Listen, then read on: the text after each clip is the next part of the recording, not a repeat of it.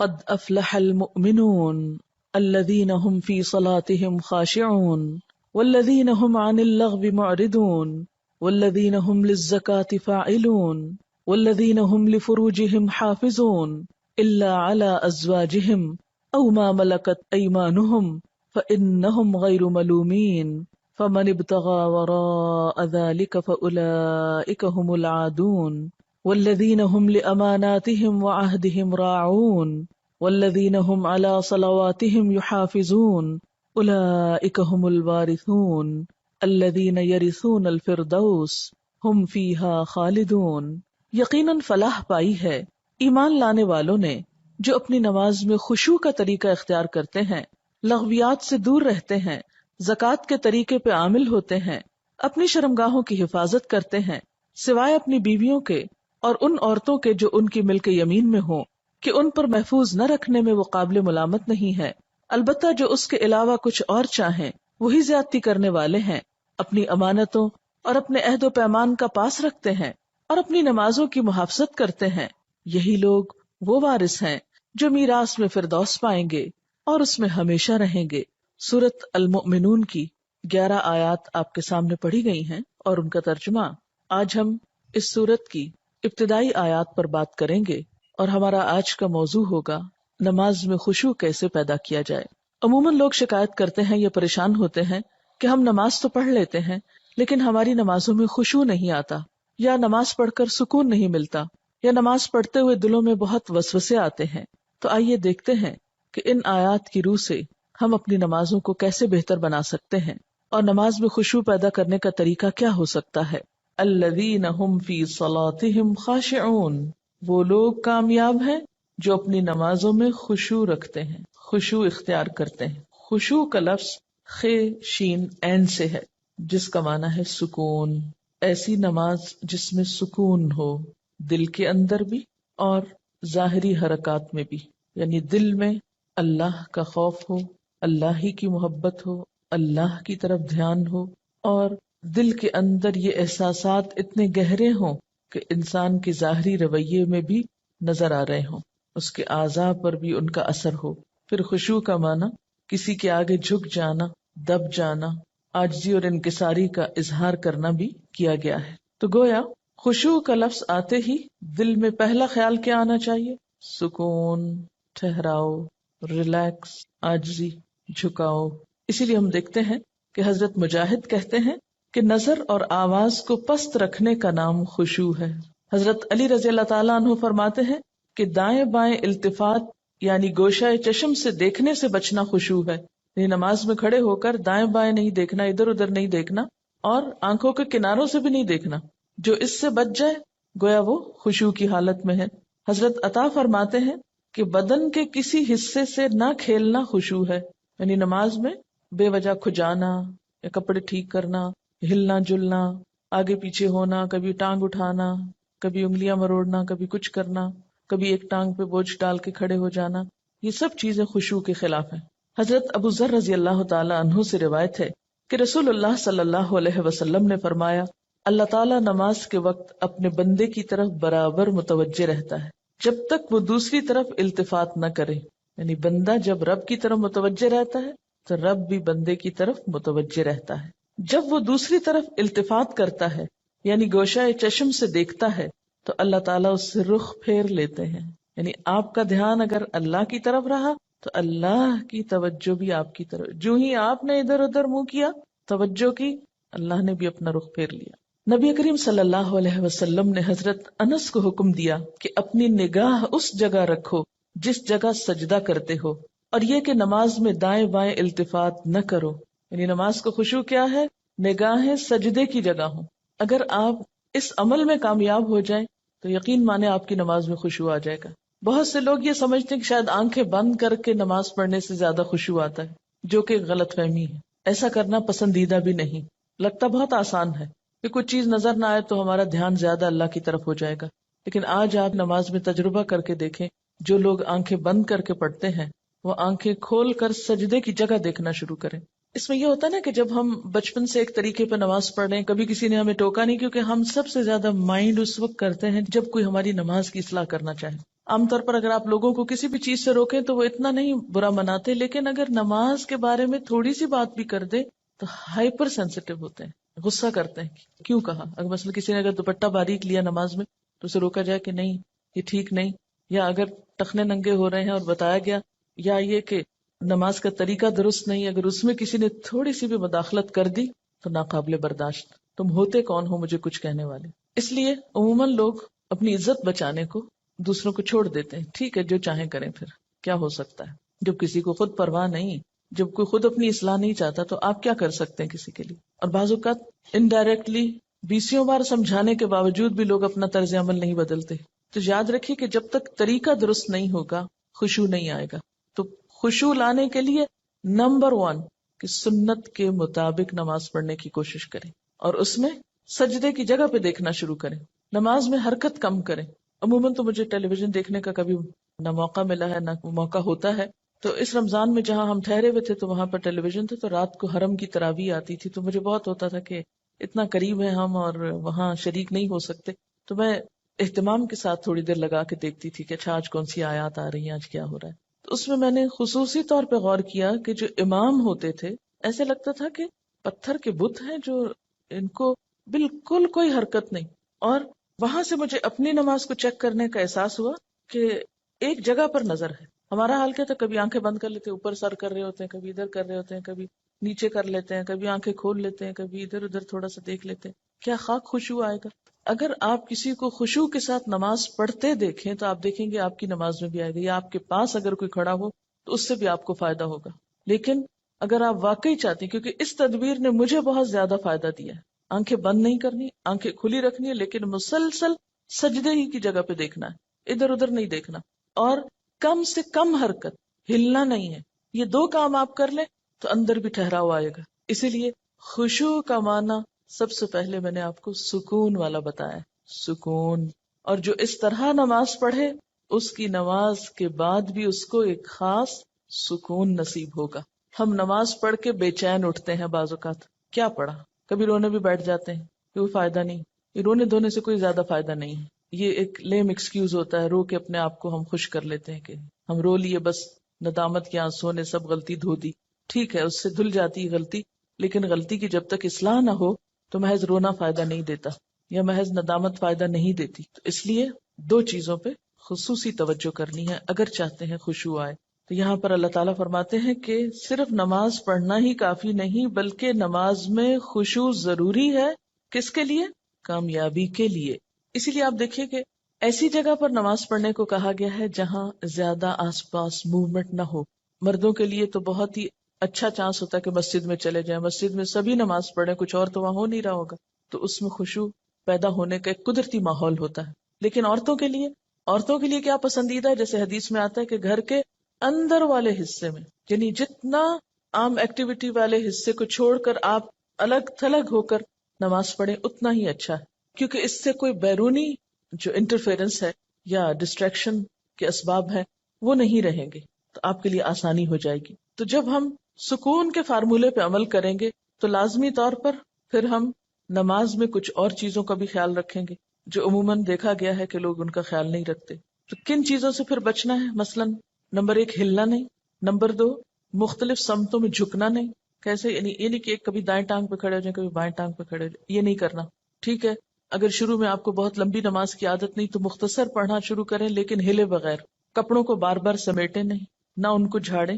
ایسا دوپٹہ یا ایسا لباس نہیں پہنے کہ جو بار بار گرے اور بار بار آپ اس کو سمیٹنے میں مصروف ہوں.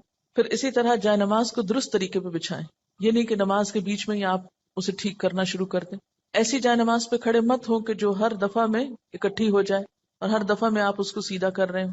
پہلے جو کھجور کے درختوں کے پتے ہوتے تھے ان کے جو جائے نماز ملتے تھے، اگر آج آپ کو میسر ہو اور اس پر نماز پڑھنے کی کوشش کریں تو آپ دیکھیں گے خشوع میں اضافہ ہوگا. بالکل ایک نیچرل میٹ ہوتا ہے نا، اس کی اپنی ایک خوشبو بھی ہوتی ہے اور وہ اکٹھا نہیں ہوتا، اور اس پر آپ کے ہاتھ پاؤں سب جم جاتے ہیں. یہ جتنی مخملی جائے نمازیں آ گئی ہیں اتنی ہی نماز میں خشوع ختم ہو گیا. کبھی پاؤں پھسل رہے ہوتے ہیں، کبھی ہاتھ پھسل رہے ہوتے ہیں. جس چیز پر آپ نماز پڑھتے ہیں اس کو بھی درست کرنے کی ضرورت ہے، وہ بھی مددگار ہے. اسی لیے آپ صلی اللہ علیہ وسلم نے نماز کے وقت سامنے نقش و نگار اور جائے نمازوں کے اوپر نقش و نگار اور ان چیزوں کو ناپسند کیا ہے کیونکہ یہ بھی نماز میں خلل انداز ہوتے ہیں. پھر اسی طرح تن کے بھی نہیں کھڑے ہونا چاہیے، یعنی بہت اکڑ کے نہیں کھڑے ہوں، بلکہ نارمل نیچرل ریلیکس طریقے سے کھڑے ہوں. بہت اونچی قرات نہ کریں. مثلاً اگر آپ تہجد میں یا نفل کسی میں ذرا سا زیادہ تلاوت کرنا چاہتے ہیں، بہت چیخ چلا کے نہیں کریں. یا کہیں آپ امامت کرا رہے ہیں تو اس صورت میں بھی قرات میں عاجزی ہونی چاہیے، کیونکہ وہ بھی خشوع میں اضافہ کرے گی. اسی طرح گا گا کر تلاوت کرنا یہ بھی درست نہیں. مصنوعی تکلف سے تلاوت کرنا. پھر اسی طرح نماز میں جمائیاں لینا اور لیتے چلے جانا نہیں، ان کو کنٹرول کریں. اسی طرح جلدی جلدی کرنا، کیونکہ خشوع کیا ہے؟ سکون. اور سکون میں کیا ہے کہ آپ جب قیام کریں تو ہلنا بند کر دیں، رکوع کریں تو اتنی دیر رکوع کریں کہ جسم ہلنا بند کر دے. رکوع سے جب اٹھیں تو کھڑے ہو کر دوبارہ اتنا کھڑے ہوں کم از کم کہ آپ کا جسم ہلنا بند کر دے. پھر جب آپ سجدے میں جائیں ٹک جائیں اور اس وقت سر اٹھائیں جب تسبیحات پوری ہو چکی ہوں اور ہلنا بھی ختم ہو چکا ہو. یہ نہیں کہ آپ ایک کانسٹنٹ موومنٹ میں کھڑے ہوئے تو رکوع میں ہلتے ہلتے پھر کھڑے ہو گئے، پھر سجدے میں ابھی ہلنا بند نہیں تو پھر کھڑے ہو گئے اور پھر واپس پلٹ گئے. یہ ماری ماری نماز جو ہے جلدی کی، اس سے قطعاً خشوع نہیں آتا. خشوع کے لیے آپ کو ٹھہر ٹھہر کر آہستہ نماز پڑھنی ہوگی. اسی طرح اگر کوئی چیز نماز میں اذیت دے رہی ہو تو اس کو ہٹانا ضروری ہے، کیونکہ بعض اوقات جب ہم کہتے ہیں نا سکون اور ٹھہر جانا، تو اس میں ہم ایسا ٹھہرتے ہیں کہ کوئی چیز اگر ہمیں اس میں پریشان کر رہی ہے، چبھ رہی ہے، یا کوئی خارش ہو گئی یا کچھ، تو ہم اس کی طرف بھی توجہ نہیں دیتے. نتیجہ کیا؟ تو کچھ سمجھ نہیں آتا پڑھ کیا رہے. تو یہ ان نیچرل قسم کا سکون بھی طاری نہیں کرنا. اس میں کوشش کریں کہ کم سے کم موومنٹ سے اس سبب کو دور کر دیں. مثلاً اگر کہیں خارش ہوئی ہے تو ایک ہاتھ سے بس اس جگہ ہلکا سا دبا کے خارش کر دیں. یہ نہیں کہ ہلا ہلا کے خارش شروع کر دیں، یا کہ بالوں کو سمیٹنا شروع کر دیں، یا بالوں سے کھیلنا یا کپڑوں سے. یا بعض لوگ جیسے مرد حضرات حرم میں نماز پڑھ ہوتے تھے نا، تو وہ مختلف لوگوں کو دیکھ کے آپ اندازہ کر سکتے ہیں کہ کون کس طرح پڑھ رہا ہے نا، اور اس سے اپنے آپ کو کمپیئر کرتے ہیں کہ جب میں ایسی حرکت کروں تو میں بھی تو یہی لگتی ہوں گی. بعض لوگ داڑھی سے کھیل رہے ہوتے ہیں، بعض اوقات بال ٹھیک کر رہے ہوتے ہیں، بعض لوگ کپڑا ہی ٹھیک کرتے چلے جاتے ہیں. تو یہ ساری چیزیں جو ہیں ہل جل کی، یہ نماز کی خشوع میں اثر انداز ہوتی ہیں. پھر ایک اور مرحلہ ہے اور وہ ہے اندر کے خیالات اور سوچوں کا. بہت سے لوگ اس پر پریشان ہوتے ہیں. اگر آپ اس طریقے پہ عمل کریں گے، سجدے والی جگہ پہ دیکھنا ذرا شروع کریں، آپ دیکھیں گے خیالات کم ہو جائیں گے. بہرحال ہر شخص کا اپنا اپنا حساب ہو سکتا ہے. مجھے اس سے بہت فائدہ ہوا ہے، کیونکہ اللہ کے رسول صلی اللہ علیہ وسلم کی کوئی بات بھی حکمت سے خالی نہیں. تو خیالات دو طرح کے ہوتے ہیں. ایک ہوتا ہے خیالات کا آنا اور ایک ہوتا ہے خیالات کا لانا. آنے والوں کو تو آپ روک نہیں سکتے، پاسبل ہی نہیں. اور ایک ہوتا ہے خود انوائٹ کرنا، کسی کو بلانا، دعوت دینا. اس کو آپ بہرحال کنٹرول کر سکتے ہیں. اب جو بن بلائے آ جاتے ہیں ان کو آنے دیں، ان کو آپ اگنور کر دیں، کیونکہ ہمارا دماغ ایسی چیز ہے کہ جو کانسٹنٹلی کام کرتا ہے، رکتا نہیں ہے. آپ سو رہے ہوں تب بھی وہ خوابیں دیکھتا رہتا ہے، آپ جاگ رہے ہوں، آپ کسی سے بات کر رہے ہوں تو ضروری نہیں کہ آپ کی پوری توجہ وہاں ہو. بہت دفعہ ایسا ہوتا ہے کہ بات کرتے ہوئے آپ کا دھیان وہاں بھی ہوتا ہے اور کہیں اور بھی ہوتا ہے. تو ان تمام چیزوں پر جو خیالات تو خود بخود آ رہے ہیں وہ آتے رہیں گے، اس کو نہیں آپ روک سکتے. مثلا کانوں کے اوپر تو آپ کیا کرتے ہیں؟ ہاتھ رکھ سکتے ہیں، آنکھوں کو بند کر سکتے ہیں، زبان بند کر سکتے ہیں، لیکن دماغ کے خیال کا کیا کریں؟ کوئی ڈھکنا نہیں دے سکتے، کوئی سوئچ نہیں آف کر سکتے. وہ تو خدا نخواستہ آف ہوا تو پھر تو گئے، آن نہیں ہو سکتا پھر. اب یہ بڑی مشکل ہے. اس لیے ان کے پیچھے نہ پڑے، ان کو زیادہ سوچے نہ، ان کو اہمیت نہ دے، ان کو اپنے اوپر حاوی نہ ہونے دے، ان کا تذکرہ نہ بہت زیادہ کریں. یہ کچھ لوگوں کو میں نے دیکھا وہ ہر ایک کو لے کے بیٹھ جاتے ہیں، میں کیا کروں، میرے تو خیال بہت آتے ہیں نماز میں. کسی کے پاس کوئی جادو کی چھڑی نہیں کہ جو ایک آپ کو لگائے گا اس وقت اور آئندہ آپ کے خیالات نہیں آئیں گے. اس لیے آپ ان کا تذکرہ زیادہ نہ کریں، just take it easy, normal لیں. تو ہوتا ہی ہے تو آئیں گے، لیکن یہ نہ کریں کہ کوئی ایک خیال آ گیا ہے تو پھر اس کے آگے اور سوچیں. مثلاً اپنے کاموں کی پلاننگ وہاں کھڑے ہو کے شروع کر دیں. اور فرض نمازوں میں ایسا نہیں ہو سکتا، ایسا نہیں کیا جا سکتا. نفل میں اگر ہو جائے، جیسے حضرت عمر رضی اللہ تعالیٰ عنہ جو فوجوں کو ترتیب دینی ہوتی تھی تو نفل نماز شروع کر دیتے تھے. تو نوافل کی حد تک ٹھیک ہے لیکن فرض میں نہیں. پھر آپ دیکھیے کہ اگر آپ بدل بدل کے صورتیں پڑھیں گے، قرآن پاک کا کچھ حصہ ساتھ ساتھ یاد کرتے رہیں گے، تو آپ دیکھیں گے کہ اس سے بھی فرق پڑتا ہے. چینج سے یکسوئی آتی ہے. مثلاً ایک جگہ آپ کھڑے ہیں یا ایک جگہ آپ کام کر رہے ہیں تو بعض اوقات آپ کام نہیں کر پاتے اور بار بار آپ کو خیالات تنگ کرتے ہیں. اپنی پڑھائی کے دوران بھی آپ نے دیکھا ہوگا، آپ تھوڑی سی پوزیشن چینج کر لیتے ہیں، جگہ بدل لیتے ہیں، اٹھ کے جا کے پانی پی کے آ جاتے ہیں، یہ کچھ تو اس سے پھر فرق پڑ جاتا ہے. اسی طرح اگر آپ تلاوت یعنی قرآن پاک کا وہ حصہ جو نماز میں پڑھ رہے ہیں اگر آپ اس کو تبدیل کرتے رہیں تو فائدہ ہوگا. اس کے لیے طریقہ کیا ہو؟ کیونکہ آپ نے دیکھا ہوگا کچھ قرآن پاک آپ نے یاد کیا پھر وہ آپ کو بھولنے لگا. کوئی صورت اگر کچھ دن تک نہیں پڑھی اگلے دن نماز میں پڑھنے کھڑے ہوئے وہ اٹکنا شروع ہو گیا, آپ نے تنگ آ کے چھوڑ دی. ایسی چیزیں بہت نیچرل ہوتی ہیں. اس کا علاج کیا ہے؟ ایک پاکٹ سائز کا چھوٹا سا قرآن پاک کا نسخہ جو ہے وہ نماز کے وقت میں قریب رکھ لیں. میں نے ایک باسکٹ سی بنائی ہوئی, تو آپ کیا کریں, دعاؤں کے کارڈز, تسبیح اور جو قرآن پاک کا نسخہ, اگر آپ چشمہ لگا کے پڑھتے ہیں تو چشمہ, یہ ساری ضروری چیزیں جو ہیں اس کے اندر موجود ہوں. وہ آپ اپنے بیڈ روم میں, اپنے وارڈ روم میں کہیں ایک جگہ پر اس کو رکھ لیں. جو ہی نماز پڑھنے لگے جائے نماز بچھائی اور اٹھا کے وہ ٹوکری پاس رکھ لی. اچھا سنت پڑھ لی آپ نے, اب آپ نے ارادہ کیا کہ میں آج فلاں سورت پڑھوں گی اور آپ کو بھولی ہوئی ہے یا آپ سمجھتے ہیں کہ آپ کو یاد دہانی کی ضرورت ہے. کئی کئی جگہ ہوتے ہیں نا وہ شبے پڑ جاتے ہیں, تو آپ کیا کریں, شروع کرنے سے پہلے 1 سیکنڈ کے لیے ان جگہوں پر دیکھ لیں, اس کو پھر رکھ لیں, پھر آپ نماز پڑھیں. آپ انشاءاللہ وہ سورت بہتر طور پر پڑھ پائیں گے. جب آپ پڑھیں گے تو آپ دیکھیں گے کہ آپ کی واقعی نماز میں خوشی پیدا ہوگی, کیونکہ کچھ عملی تدابیر بھی ہوتی ہیں کہ یکسوئی والی جگہ ہو لیکن ساتھ ایسی چیزیں موجود ہوں. مثلا اگر آپ نوافل پڑھ رہے ہیں اور آپ تھک گئے ہیں بیچ میں, تو بجائے اس کے کہ اپنے اوپر زور زبردستی کر کے پھر کھڑے ہو جائیں, آپ بیچ میں تھوڑا بیٹھ بھی سکتے ہیں, یا یہ کہ سلام پھیر کر آپ دعاؤں کا کارڈ نکالیں, کچھ دعائیں پڑھ لیں, اس میں آپ ریلیکس بھی ہو جائیں گے اور ساتھ یہ ہے کہ دعائیں بھی مانگی جائیں گی اور اگلے 2 نفل جو ہیں وہ زیادہ یکسوئی کے ساتھ پڑھے جائیں گے. تو اس طرح کی کچھ عملی تدابیر جو ہیں وہ آپ کی نماز کو اچھا کر دیتی. اسی طرح اگر ماحول کو تھوڑا اور خوشگوار بنائیں, مثلا یہ کہ جا نماز کے اوپر اگر آپ تھوڑا سا عطر لگا لیں, یا یہ کہ آپ اس کو جھاڑ پٹک کے رکھیں, کچھ عرصے بعد اس کو دھو لیں, صاف کر لیں, تو یہ جو پاکیزگی اور صفائی کے جو مرحلے ہیں نماز کے ساتھ, لباس کے علاوہ, جسم کے علاوہ جگہ کی صفائی, اس سے بھی نماز میں خشوع آتا ہے. کیونکہ اگر آپ ایسی جگہ پہ نماز پڑھیں جو اسمیلی ہے یا جہاں گھٹن ہے یا جہاں کوئی آکسیجن نہیں ہے, تو اس سے بھی کیا ہوگا کہ آپ کو ایک دم جمائیاں آنے لگیں گی, آپ کو نیند آنے لگے گی, آپ کے اندر ایک بیزاری کی کیفیت ہوگی. تو ہمیشہ جب کوئی مسئلہ پیش آئے تو صرف رونا دھونا نہ کیا کریں. ہم رونا دھونا کر کے واویلا کر کے یہ سمجھتے ہیں کہ مسئلہ حل ہو جائے گا, جو کہ ہو سکتا ہی نہیں. واویلا کرنا کسی مسئلے کا حل نہیں, اس کو تو اپنی زندگی سے نکال دیں, جو میں نے دیکھا ہے کہ خواتین میں زیادہ ہی ہے, اور اس سے ہم مار کھاتے ہیں. یعنی کہ مسئلہ پیش آیا, ہائے کیا کروں, ہائے کیوں ہو گیا, ہائے, یہ سب نکال دیں. مسئلہ پیش آنے پر, مسئلہ نماز میں خشوع نہیں, مسئلہ پیش آ گیا, مسئلہ پیش آنے پر مسئلے کو پہچانے, اس کے اسباب جانے, یعنی مسئلے کو آئیڈینٹیفائی کرے پہلے, یہ ہے مسئلہ, خشوع نہیں آ رہا, پہچانے وجوہات کیا ہیں, کیوں نہیں آ رہا. 1 وجہ کہ جگہ ٹھیک نہیں, 2 وجہ کہ قرآن یاد نہیں, 3 وجہ کہ آس پاس شور ہے, وغیرہ وغیرہ وجوہات معلوم کر لیں. اور ایک ان سب وجوہات سے بڑی وجہ کہ نماز پڑھنے کے ٹھیک طریقہ ہی نہیں آتا, الفاظ کی ادائیگی درست نہیں نماز کی, تو وہ ہر وقت ایک گلٹ ہے اندر, پتہ نہیں ٹھیک پڑھ رہی ہوں کہ نہیں, پتہ نہیں ٹھیک پڑھ رہی ہوں کہ نہیں. یہ جب تک یہ گلٹ رہے گی نماز میں خوشی نہیں آئے گی. اس گلٹ کو دور کریں. اگر آپ کو مثلاً اتحیات پڑھنا نہیں آتا, دروشی پڑھنا نہیں آتا, سیکھ لیں کسی سے, بالکل شرم محسوس نہیں کریں, جتنا جلدی ہو سیکھ لیں, کیونکہ اگر درست علم ہوگا تو آپ دیکھیں گے کہ اس سے بھی آپ کو سکون آ جائے گا. سارے مسائل کی وجوہات جانیں اور پھر ایک ایک کر کے وجہ کو دور کرنے کی کوشش کریں. اگر آپ سمجھتے ہیں کہ وجہ دور آپ سے خود نہیں ہو رہی تو کسی سے مشورہ کر لیں کہ اس مسئلے کا حل کیا ہو سکتا ہے. لیکن مسئلے کو سب سے پہلے آپ خود پہچانیں. کبھی یہ نہ کہا کریں بار بار مجھے نہیں پتا کہ یہ کیوں ہے. نہیں, کیوں نہیں پتا, پتا ہونا چاہیے. اللہ نے آپ کو عقل دی, سمجھ دی, جاننے کی کوشش کریں. اور پھر اس کے بعد یہ ہے کہ اس کا حل کریں, اور اس معاملے میں بے صبری نہ کریں.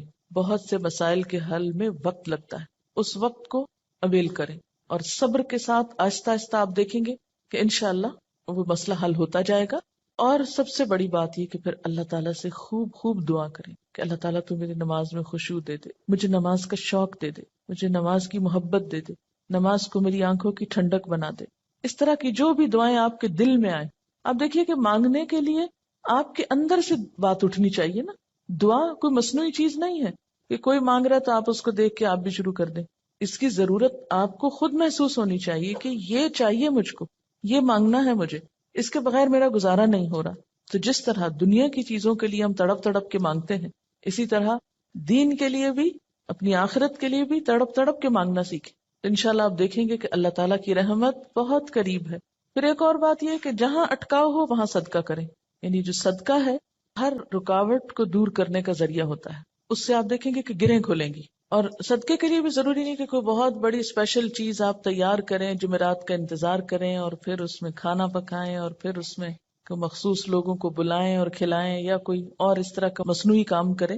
اس کے لیے کیا ہے، فوری طور پر کسی کے ساتھ کوئی بھلائی کر لیں، اور کوئی نہیں تو جو سامنے سے آ رہا ہے اس کو دیکھ کے مسکرا لیں.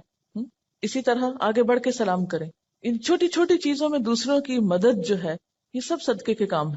اور ساتھ یہ ہے کہ پھر اللہ کے راستے میں مال خرچ کرنا، اپنی پسندیدہ چیز دوسرے کو دے دینا، اسی طرح کی چھوٹی چھوٹی چیزیں. تو آپ دیکھیں گے کہ وہ اندر کی گرہیں کھلیں گی نا تو باہر کی خود بخود کھلنے لگیں گی اور آپ ریلیکس ہو جائیں گے. اور اس خشوع کے ساتھ نماز جو ہے کامیابی کا ذریعہ ہے. اگرچہ مکمل کامیابی آخرت میں ہوگی، لیکن دنیا میں بھی آپ دیکھیں گے کہ آپ کو ہر مشکل کا حل، جیسے نبی صلی اللہ علیہ وسلم کا طریقہ تھا، کیا تھا کہ جب بھی آپ کو کوئی مشکل معاملہ پیش آتا فوراً نماز پڑھتے.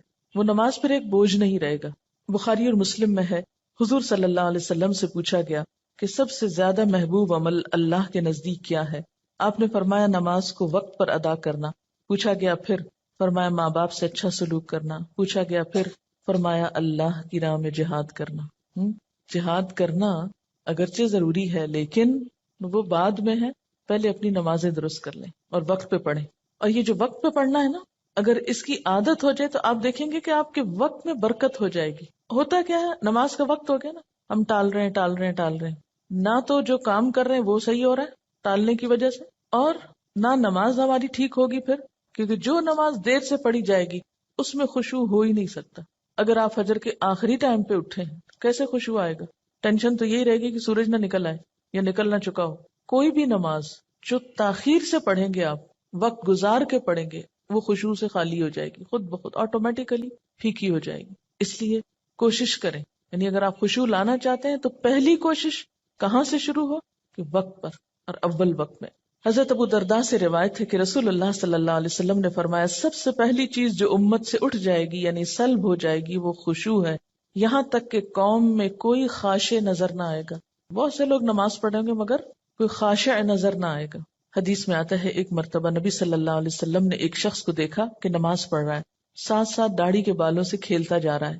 اس پر آپ نے فرمایا لو خشع قلبہ خشعت جوارحہ، اگر اس کے دل میں خشوع ہوتا تو اس کے جسم پہ بھی خشوع طاری ہو جاتا. ظاہری خشوع جب آتا ہے جب دل میں خشوع، دل اللہ کے آگے جھکا ہوا. اور اگر دل دنیا کی یادوں میں اور دنیا کے قصوں میں مشغول ہو تو پھر خشوع نہیں آ سکتا. خشوع کا لفظ بولتے ہی آپ کے ذہن میں کیا چیز آتی ہے؟ سکون، عاجزی. ایک لفظ میں ہو تو سکون اور دوسرے میں ساتھ ہی عاجزی بھی. سورۃ الانبیاء میں پیغمبروں کی صفات میں اللہ تعالیٰ فرماتے ہیں وَكَانُوا لَنَا خَاشِعِينَ، یہ سارے پیغمبر ہمارے لیے خشوع کرنے والے تھے. تو اس سے کیا پتہ چلتا ہے کہ خاشع ہونا جو ہے، عاجز ہونا اور اللہ کے سامنے عاجزی اختیار کرنا، یہ پیغمبروں کی صفات میں سے رہا ہے. سورۃ انبیاء کی آیت 90. اور اس میں بھی آپ دیکھیے کہ انہم کانوا یسارعون فی الخیرات ویدعوننا رغبا ورہبا وکانوا لنا خاشعین، کہ وہ بھلائیوں میں بہت جلدی کرتے تھے، یسارعون فی الخیرات، اور ویدعوننا رغبا ورہبا، رغبت کے ساتھ اور خوف کے ساتھ ہمیں پکارتے. حالانکہ وہ پیغمبر تھے پھر بھی محض رغبت نہیں تھی، خوف بھی ساتھ تھا. وکانوا لنا خاشعین، اور وہ ہمارے آگے جھکے ہوئے تھے. تو اس سے یہ پتہ چلتا ہے کہ نماز کے اندر خشوع صرف نماز میں ہی جھکنے کا نام نہیں، یا صرف نماز کی حد تک عاجزی اختیار کرنے کا نام نہیں، بلکہ اس کے علاوہ عام روزمرہ زندگی میں بھی یہ اخلاق پیدا ہونا چاہیے، یا عام روزمرہ زندگی میں بھی ہمارے اندر یہ کردار پیدا ہونا چاہیے.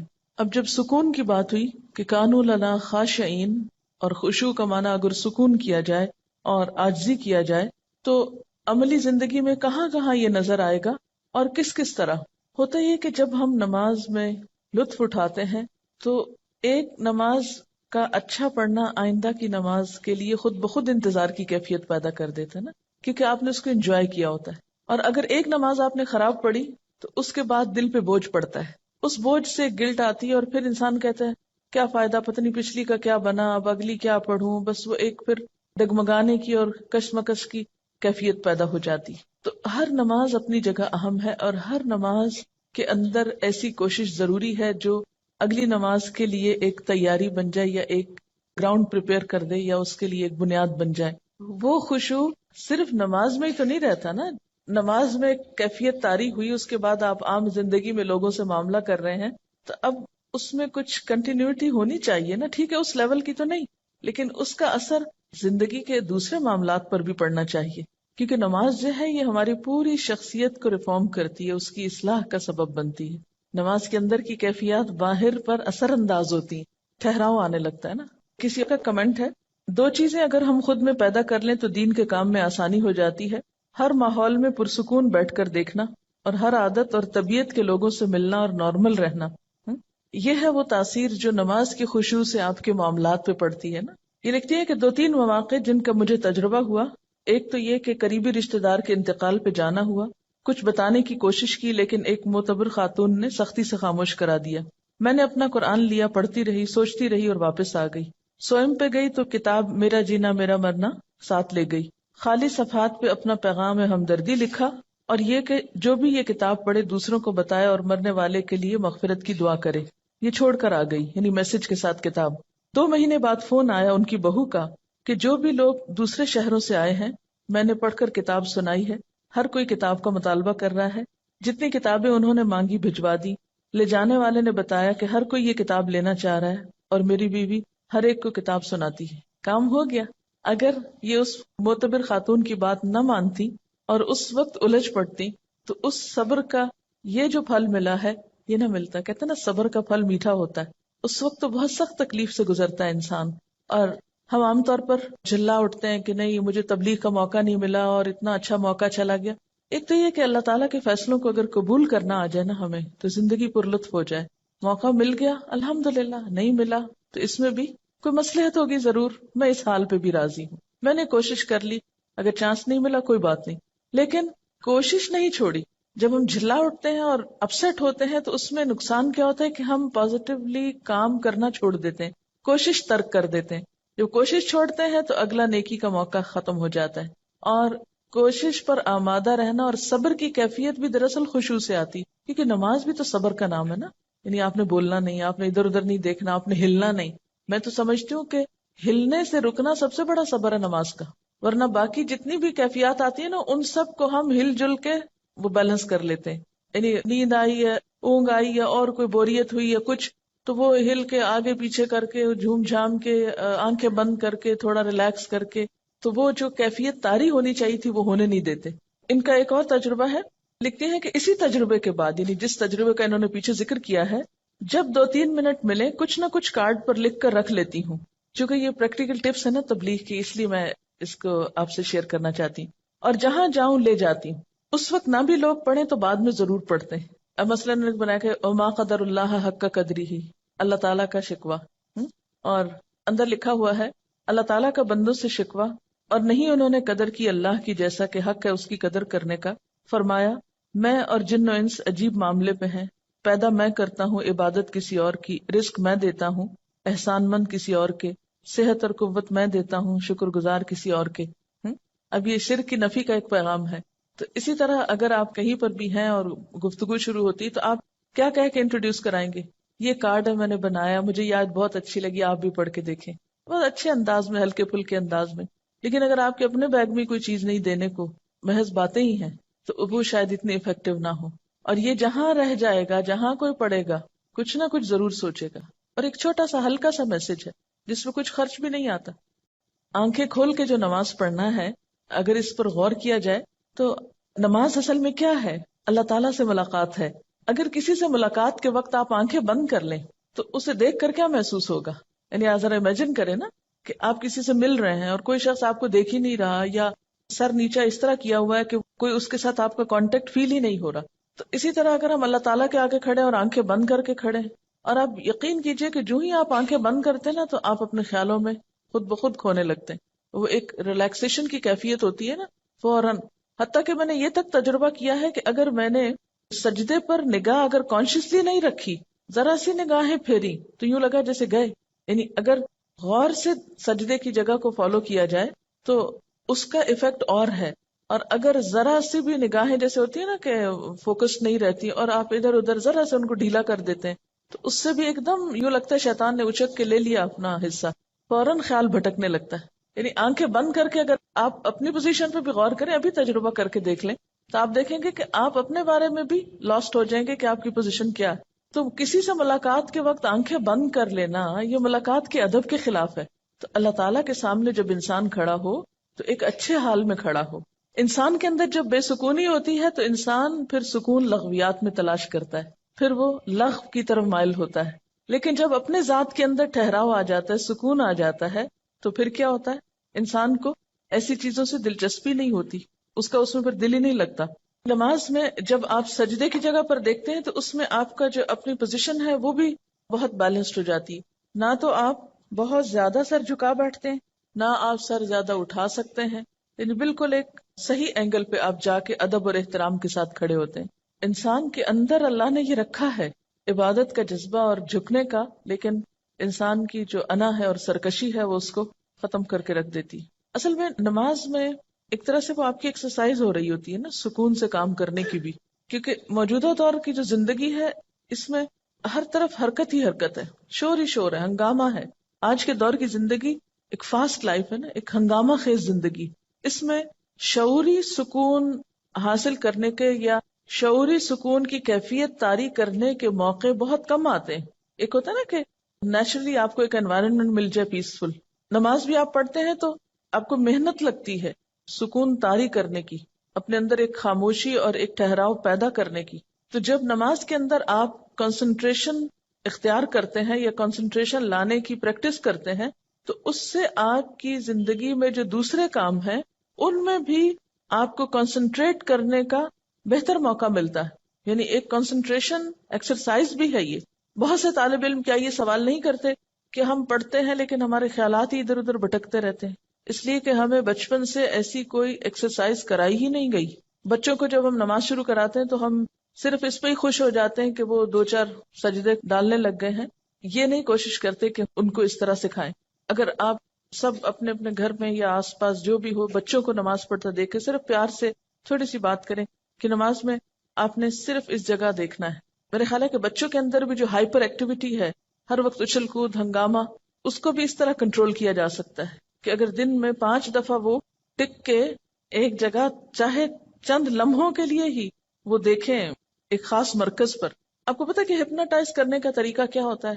ایک نقطے پہ دکھاتے ہیں نا، ایک نقطے پہ کہتے ہیں کہ دیکھتے جاؤ دیکھتے جاؤ دیکھتے جاؤ. یہ جو ہائپر ایکٹیویٹی یا بے چینی کا جو ہے یہ پورے دنیا اس کا شکار ہو رہی ہے، اور پاکستانی قوم کو بھی اگر آپ دیکھیں اوور آل تو ہم ایون کلاس میں اکثر دیکھتی ہوں تو میں کہتی ہوں نا کہ آپ اسٹل ہو جائیں تھوڑے تاکہ آپ پڑھ سکیں. تو جاپان میں بچوں کے اوپر وہ کہتے تھے کہ ان کی جو ینگ جنریشن ہے وہ بہت امپلسو ہے اور ایک دم یعنی فوراً ریئیکشن کرتی ہے، تو وہ یہ سوچ رہے تھے کہ وہ ان کو کس طریقے سے سیلف کنٹرول کرنا سکھائیں. اور اس میں انہوں نے آف کورس کچھ ریسرچز کر کے کہا تھا کہ اگر یہ صبح میں کوئی ردم والی چیز باواز بلند پڑھیں اور نیچر کے زیادہ قریب جائیں.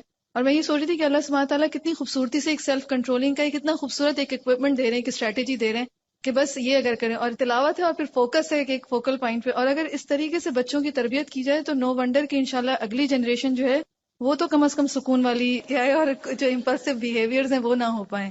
خشوع کا اثر ہمارے باہمی قریبی تعلقات پر بھی پڑنا چاہیے. قریبی رشتہ داروں، دوستوں، ملنے جلنے والوں سے معاملہ کرتے وقت ہمارے اندر عاجزی، انکساری، سکون اور خشوع کا مظاہرہ ہونا چاہیے. جب انسان قرآن پڑھنے لگتا ہے یا دین کی طرف آتا ہے تو لازمی طور پر دل میں ایک ہلچل پیدا ہوتی.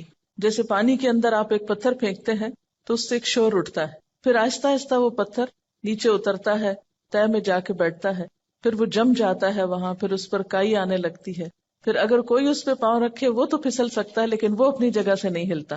تو بالکل اسی طرح ہمارے اندر بھی ایک ایسا سکون اور ایک ایسی کیفیت آنی چاہیے کہ ہم کسی کی بات کے جواب میں کسی کے ساتھ معاملہ کرتے وقت ایسا نیگیٹو ری ایکشن شو نہ کریں کہ دین کی ایک بدترین مثال پیش کریں. ایمان کے لطف اور حلاوت محسوس ہوتی ہے نا ان آیات کو پڑھ کر. یعنی اس خشوع کا اثر زندگی پر پڑنا چاہیے نا. نماز میں کیا ہوتا ہے؟ دل میں اللہ کی یاد ہے، زبان پہ اللہ کا ذکر ہے اور ایک ٹھہراؤ ہے. تو بالکل اسی طرح نماز کے بعد بھی جب ہم زندگی کے عام معاملات اختیار کرتے ہیں تو اس میں بھی ہمارے دل میں اللہ کی یاد ہونی چاہیے، خاموش لمحات میں اس کا ذکر ہونا چاہیے. اور اس کے علاوہ ہمارے پوری شخصیت کے اوپر ایک ٹھہراؤ نظر آنا چاہیے. یعنی یہ سکون ہمارے چہروں پر، ہماری چال میں، ہمارے معاملات میں، ہماری ہر چیز میں محسوس ہونا چاہیے. تب ہم اسلام کے صحیح نمائندے ہوں گے. پیس یعنی ایک اپنے آپ کو ٹیسٹ کرنے کا مقام بھی ہے یہاں پر. افلاح اور فلاح میں کامیابی دنیا اور آخرت دونوں کی ہے. تو دنیاوی اعتبار سے کامیابی کا مطلب یہ نہیں ہے کہ ہم دنیاوی اعتبار سے کسی بہت بڑے سٹیٹس کے حامل ہو جائیں. اصل کامیاب انسان وہ ہے کہ جس کے اپنے اندر سکون اور جس کی زندگی میں ایک خاص قسم کا وقار ہے. وہ کہیں پر بھی ہے، من پسند حالات میں ہے یا ناپسندیدہ حالات میں ہے، لیکن وہ ٹھہرا ہوا ہے. طوفان آ رہا ہے، آندھی آ رہی، کچھ آ رہا ہے، وہ ٹھہرا ہوا ہے، وہ پرسکون ہے، اس میں ایک جماؤ ہے. یہ ہے دراصل کامیابی. یعنی آخرت کی کامیابی تو کل پتہ چلے گی، لیکن آج اپنے آپ کو ٹیسٹ کر کے دیکھیں کہ کیا یہ کیفیت پیدا ہو رہی ہے. اس میں پھر آپ دیکھیں گے اس کا اثر آپ کی گفتگو پر بھی پڑے گا، آپ کے معاملات پہ پڑے گا، لین دین پہ پڑے گا، حتیٰ کہ لسننگ کی ہیبٹ جو ہے اس پر بھی پڑے گا کہ ہم سکون سے سنیں گے.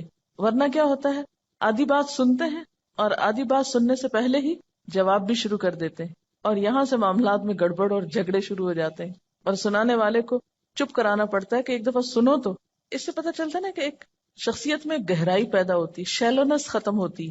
جو گہرا برتن ہوتا ہے تو اس میں اگر پانی ہو تو جتنا بھی آپ اس کو ہلائیں چھلکائیں، جتنے بھی اس کو جھٹکے لگائیں، کیا ہوتا ہے، باہر نہیں آتا، تو اندر ہی اچھل کے اندر ہی بیٹھ جاتا ہے. لیکن جب شیلو برتن ہوتا ہے، کم گہرا ہوتا ہے، تو تھوڑا سا پانی بھی اس کے اندر نہیں ٹک کے رہتا، فوراً باہر چھینٹے آتے ہیں. خشوع کے ساتھ پھر روب بھی آتا ہے. حضرت عیسیٰ علیہ السلام کے بارے میں آتا ہے نا کہ وجیہن فی الدنیا والآخرہ، تو پھر وہ ایک وجیح شخصیت جو ہے وہ جنم لیتی.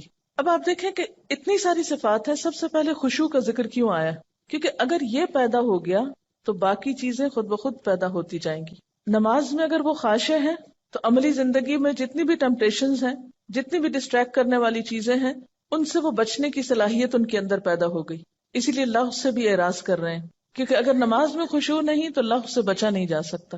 پھر جب لغو سے بیزاری ہوتی ہے تو کچھ کرنا تو ہے، اس لیے ہم للزکاۃ فاعلون، تزکیہ کے کاموں کی طرف ان کی سرگرمیاں بڑھ جاتی، اچھائی اور بھلائی اور خیر کے کاموں میں سرگرم ہو جاتے ہیں.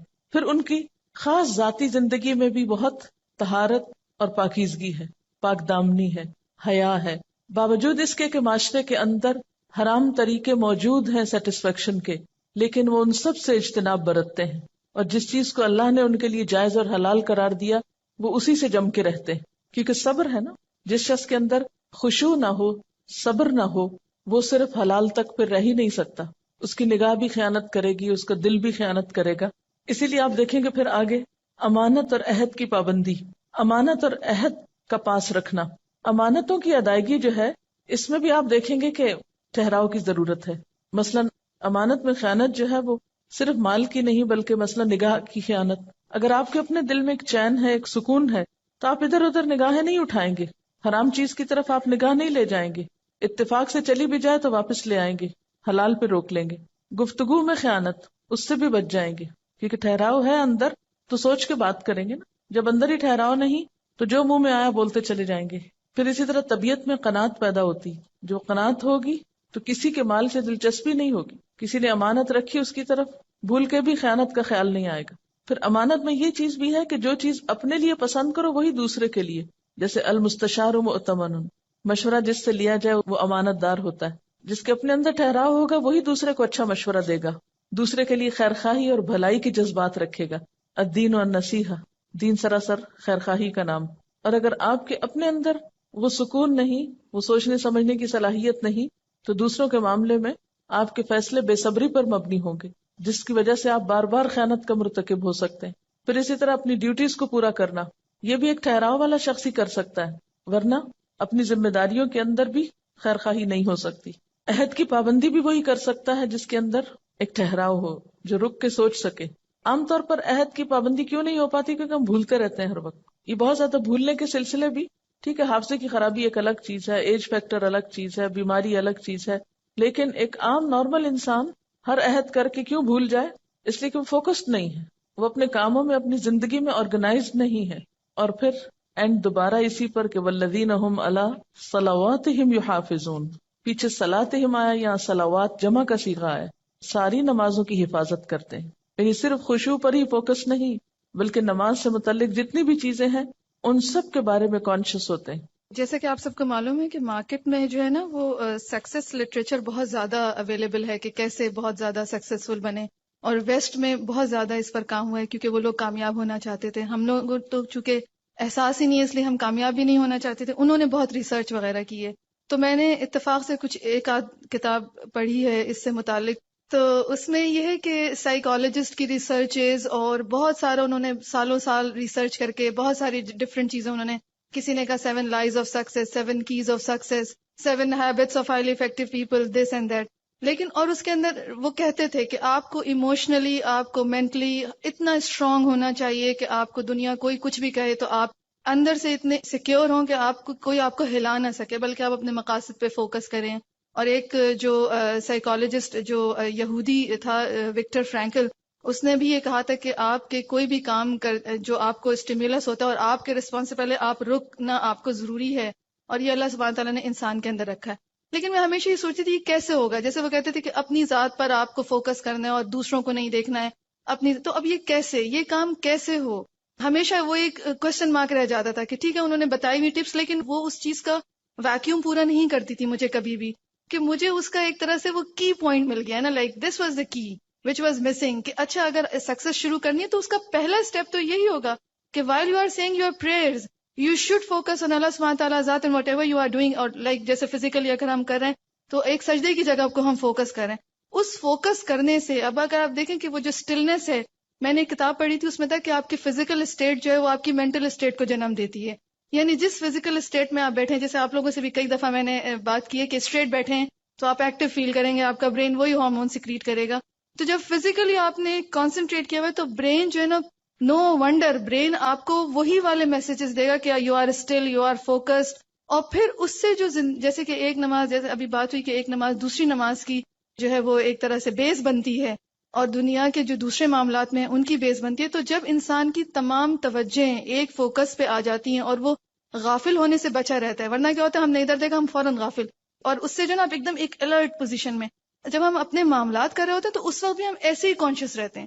کانشیس کا وہ لیول ڈیولپ ہوتا چلا جاتا ہے، اور پھر انسان پھر اپنے ہر چیز میں، جیسے بھی بات ہوئی ایک ایک چیز میں، تو مجھے لگ رہا تھا دیٹ از دا بیس کہ خشوع کا ڈیولپ ہونا جو ہے نا وہ ہمیں اس کو ایک کانشیس لیول پہ جو ہے نا اپنے آپ کو چیک کرنا ہے کہ خشوع کا لیول کیسے ڈیولپ ہو، اور اس کو کوشش اس کی 5 نمازوں میں یہ کانسٹنٹلی کام ہو رہا ہے. تو اللہ سبحانہ تعالیٰ ہمیں دیکھیے کس لیول تک پہنچانا چاہتے ہیں. تو میرے خیال میں ان آیات کی جو ہے وہ دیٹ از خشوع. تو میں سمجھتی تھی کہ نماز نماز اٹس این عبادت، بٹ اللہ سبحانہ تعالیٰ کا کتنا کرم ہے کہ اس نے یہ عبادات ہمیں ایک بہت بیسٹ انسان بننے کے لیے اسٹیپس فراہم کیے ہیں کہ اس پہ چڑھ جاؤ گے تو یہ چیز ہوگا، اس پہ چڑھ جاؤ گے تو یہ چیز ہوگا. اب دیکھیں آپ کو فیل ہوگا انشاءاللہ کہ جب آپ کا یہ کانسنٹریشن ڈیولپ ہوگا تو یہ جو ہماری نظریں قرآن پڑھتے پڑھتے ادھر کوئی گیا تو ہم نے ادھر دیکھا، تو وہ آپ کا بہت امپروو ہوگا. اور بچوں کے لیے تو کانسنٹریشن کو ڈیولپ کرنے کے لیے، مطلب ایک بچے کے لیے جب ٹیچر لکھ دیتی ہے لیک آف کانسنٹریشن تو اس کے لیے بہت بڑا مائنس پوائنٹ ہوتا ہے، اور پھر سجیشنز دینی پڑتی ہیں کہ جی اس کا کانسنٹریشن ڈیولپ کرنے کے لیے آپ یہ کریں، یہ اسٹریٹجی کریں، یہ کریں. لیکن اگر کانسنٹریشن ڈیولپ بچپن سے ہی ہو رہا ہو اور اگر ایڈلٹ ہو کے بھی اگر ہم اس کو کر رہے ہوں تو انشاءاللہ تعالی باقی چیزیں کرنا بہت آسان اور انٹر لنکڈ ہو جائیں گی. جیسے زندگی میں بھی مقصد ہے، اور مقصد پر نظر رکھنا اور گول کو سامنے رکھنا، جیسے نشانہ جس کو بولتے ہیں نا، ٹارگٹ، تو وہ بھی آپ کا صحیح جب لگتا ہے جب آپ فوکسڈ ہوتے ہیں نا. تو یوں محسوس ہوتا ہے کہ نماز کا یہ خشوع ہمیں زندگی میں بامقصد ہونے میں بھی مددگار ہوتا ہے، کہ ہم جس مقصد کے لیے جی رہے ہیں وہ کسی وقت بھی نظروں سے اوجھل نہ ہو. میں سوچتی تھی کبھی کہ کیوں 5 نمازیں فرض ہیں، یعنی جتنی شدت نماز کے معاملے میں برتی گئی ہے دین میں، اتنی کسی اور چیز کے بارے میں نہیں. اس سے پتہ چلتا ہے کہ اگر نماز گئی تو دین کا ستون گرا، دین گیا.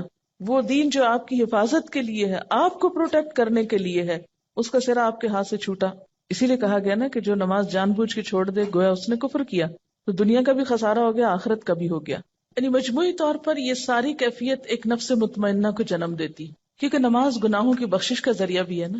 بعض اوقات آپ بھول چوک کے غلطی کر جاتے ہیں، یہ انسان ہونے کے ناطے آپ سے بھول چوک ہو جاتی، اس کا بھی ضمیر پہ ایک بوجھ پڑتا ہے. پھر آپ نماز میں آ جاتے ہیں، پھر روتے دھوتے ہیں، پھر معافی مانگتے ہیں، پھر مدد مانگتے ہیں. وَاسْتَعِینُوا بِالصَّبْرِ وَالصَّلَاةِ، اللہ سے مدد مانگتے ہیں. جب وہ مدد آتی ہے تو پھر آپ دوبارہ اپنی اس اصل پوزیشن پہ آ جاتے ہیں. اور اس طرح زندگی میں وہ ایک کھینچا تانی کا جو امتحان ہے، کبھی ادھر کبھی ادھر، اس کو سنبھالتے سنبھالتے آپ دنیا سے رخصت ہوتے ہیں نفس مطمئنہ کی حالت میں. کہتے ہیں نا کہ ہر روز اپنا جائزہ لینا چاہیے. وہ جائزہ ہر روز صرف ایک دفعہ نہیں، دن میں کئی دفعہ لیا کرے کہ میرے دل کا حال کیا ہے.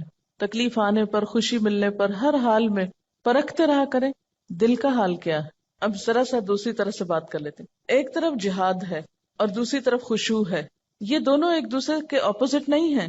خشوع کا یہ مطلب نہیں کہ آپ سست پڑ جائیں. خشوع ایکٹیو ہوں گے تو آپ کو خشوع نصیب ہوگا. کیا نماز میں ایک جگہ پر کنسنٹریٹ کرنا اور ہلنے سے پرہیز کرنا، کیا بذات خود یہ ایک جہاد نہیں؟ جہاد ہے. پھر جہاد کا معنی کیا ہے؟ Constant struggle, utmost struggle. تو آپ کی کوششوں میں کنسسٹنسی، آپ کی کوششوں میں استقامت، استقرار کب آ سکتا ہے؟ جب آپ فوکسڈ ہوتے ہیں. اگر آپ کا ذہن ہی منتشر ہے، آپ کو کسی پل چین ہی نہیں، تو بڑے سے بڑا جہاد کریں، آپ کیا کریں گے؟ کچھ بھی نہیں کر پائیں گے. حدیث میں کیا آتا ہے کہ سب سے پہلے جس چیز کو لوگ ضائع کریں گے، یا جو چیز میری امت میں ضائع ہوگی، وہ نماز ہے. یوں لگتا ہے نا کہ اصل چیز کی اسٹرنگ کٹ گئی تو ہر چیز بے ربط ہو گئی، بے موقع ہو گئی.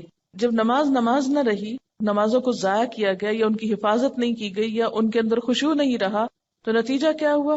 یعنی افراد اور امت اپنے مقصد سے ہٹ گئے، انفوکسڈ ہو گئے. وہ چیز جو ان کی زندگی میں ایک روح پیدا کرنے والی تھی، جس کی وجہ سے وہ جہاد یا کوشش کی روح زندہ تھی، ختم ہو گئی. کسی نے پھر قبلہ دولت کو بنا لیا، کسی نے ملک فتح کرنے کو، کسی نے کوئی اور جنگ لڑنے کو. تو جب اللہ کی یاد ہی نہ رہی، باقی وہی سامنے نہ رہا، تو پھر تو قبلے مختلف ہو گئے. پھر اختلافات اور جھگڑے اور فساد اور انا پرستی اور بہت سی چیزوں نے جنم لیا. جسے جہاد کا بھی پہلا سٹیپ یا پہلا درجہ اپنی ذات ہے. اور اپنی ذات کا جہاد کیا ہے؟ نفس امارہ کو کنٹرول کرنا. نماز بہترین طریقہ ہے نفس امارہ کو کنٹرول کرنے کا، اگر صحیح طریقے پہ پڑھی جا رہی. نفس امارہ کی خواہشات میں کیا کچھ آتا ہے، ان سب چیزوں سے پرہیز ضروری ہے نماز کے اندر. تو وہ ایک مسلسل ٹریننگ ہے آپ کی. دیکھیں کہ ایک مومن کی ٹرو پکچر سامنے آتی ہے. اس کے اندر تو خشوع ہے لیکن باہر ایکٹیو ہے. باہر وہ مجاہد نظر آتا ہے اور اندر سے ٹھہرا ہوا ہے. اندر سے آپ گڑے ہوئے ہوں گے، ٹھہرے ہوئے ہوں گے، تو ہی باہر آپ کام کر سکیں گے. اگر اندر بھی ہل جل ہے تو باہر سستی آ جائے گی. یہ اندر کا سکون اور باہر کی ایکٹیویٹی ایک بیلنس قائم کرتی ہے شخصیت میں. اگر اپوزٹ ہو جائے تو نقصان، اور اگر دونوں میں سکون آ جائے تو نقصان. یعنی ایک پرفیکٹ پرسنالٹی کیا ہے؟ اندر سکون ہے، باہر کام ہے، باہر ایکشن ہے. اگر باہر سکون آ جائے اور اندر بے چینی ہو، جو عام طور پر ڈپریشنز میں ہوتا ہے کہ اندر آپ کھول رہے ہیں اور باہر سے بیکار بیٹھے ہیں یا گولیاں کھا کے سوئے ہوئے ہیں یا نم ہیں، تو وہ تو زندگی نہیں. یا اگر دونوں ہی ایکٹیو ہیں، اندر بھی ہلچل ہے، باہر بھی ہلچل ہے، تو بھی آپ ایک متوازن پرسنالٹی نہیں ہے. تو ساری آپشنز کو آپ دیکھیے. تو بہترین آپشن کیا ہے؟ اندر خشوع اور باہر کام. کسی نے لکھ کے بھیجا ہے سورۃ المؤمنون میں خاشعین کی ایک ٹپ میں آپ نے بتایا تھا کہ سجدے والی جگہ پر کنسنٹریٹ کرنا تھا. یہ سن کر میں نے اپنی زندگی اور نماز میں اس کو اپلائی کیا اور بہت فائدہ ہوا. یہی بات ایک دفعہ میں نے ایک میگ میں پڑھی تھی کہ زمین کو یا ایک ہی جگہ پر کنٹینیوسلی دیکھنے سے، اسپیشلی زمین کو دیکھنے سے، ہمارے خیالات اس میں ایبزارب ہوتے ہیں. کیونکہ کھلی آنکھوں سے آنے والے خیالات ذہن میں ریز کی شکل میں ایبزارب ہوتے ہیں، اور بند آنکھوں میں وہی خیالات امیجنیشن کی شکل اختیار کر لیتے ہیں. تو آنکھیں کھلی رکھنا بے حد ضروری ہے.